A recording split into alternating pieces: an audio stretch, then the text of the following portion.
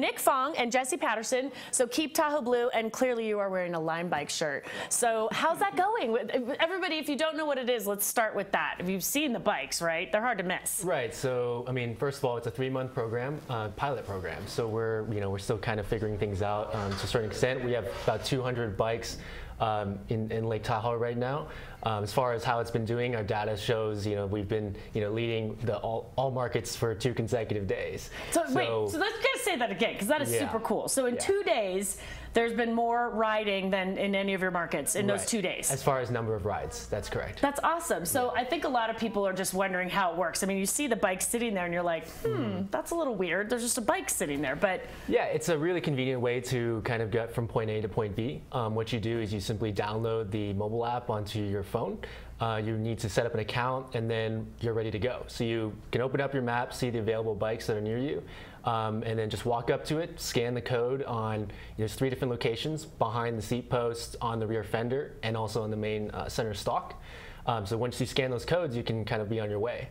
And then once you get to your destination, we ask that people lock them responsibly in locations that are not obstructing traffic. Right. Yeah. Well, yeah, that's super smart. So I did have one person ask me a good question that I wanted to ask you, and it's, if you, let's say you want to like run into a restaurant and grab your takeout or something, do you have to lock it and then re-scan it, or can you kind of hold it for a little bit of time to like maybe run into the grocery store, come back out? Yeah, that's a good question. I mean, we've got a lot of feedback from not just Tahoe, just from all of our markets about this, the hold question. I think ideally as a company you want to be at a level where if you would have to lock it when you walk into the restaurant, but there would be another bike available for you to pick up, like if not right outside the restaurant, but maybe a block away, you can just walk it over there. Yeah. Yeah. So as a pilot program, it's totally. Are you thinking you'll be back here next year?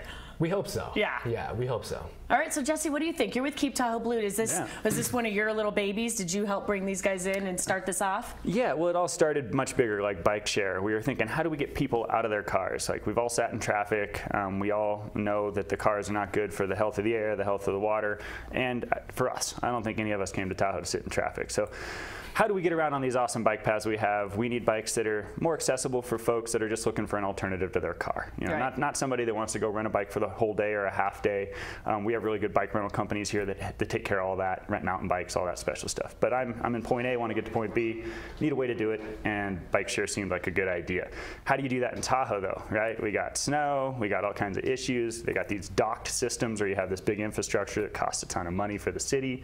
You have to plow around it in the winter. And so we were doing research, and a model like LimeBike came up where they're these smart bikes, dockless, so real easy to scale up, scale down. We can do a pilot for 3 months, remove them when there's snow, and see how it works. And then the part that I'm pretty excited about is they're all GPS mapped, so we get data on where people are riding bikes to and from, and how many miles are being ridden on bikes. So we know how many miles we saved from car trips that would have been polluting the lake. And we're because very people big are on our bikes. data here in Lake Tahoe, aren't man. we? Well, hey, it's the best way to make decisions is to know, right? Yes. And so that's a big reason why this is so neat this summer is the pilot. Get people on the bikes. Let's learn where people are going. Let's learn where to build better bike paths, and let's see how much we can protect Lake Tahoe all at the same time. I love it. And if you've seen anyone on them, I don't think I've seen anyone riding them that's not smiling. It's pretty fun. Yeah. And it's a great way to get around Tahoe.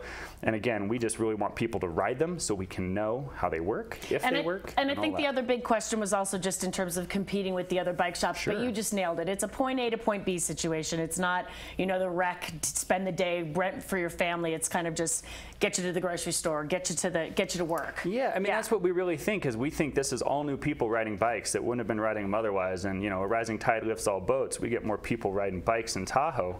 I think everybody does better. And and I know LimeBike's been working hard to try and connect with bike shops. We want to encourage people that are riding LimeBikes and maybe want bike accessories or helmets or that sort of stuff to go to the shops. Go to the shops. I mean, we just want more people on bikes.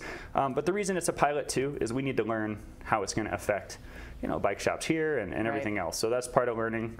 And again, the way we learn is people ride the bikes. So get out there and ride some bikes. All right, so one quick question, because we do have to go. Nick, where's the best place for us to find the bikes? Are there a couple hubs for us to really get to them, or get online? Right, What's the deal? So the easiest way is to check the map within the app, but we're kind of corralling the bikes to be closer to the state line area. Okay. There's a whole, I forget the exact name of this location, but there's a bunch of lodges and inns like very close to state line, and we're trying to corral the bikes to that area so they can best serve the most amount of people. Exactly. Awesome. Yeah. Well, good luck. I'm super excited. When you guys get that data, will you come back in? Because I'm into it too. I want to know like how it all came out. So thanks for being here. Appreciate it. Yeah. All right, you guys. We're going to take a break. We'll be back with more after this.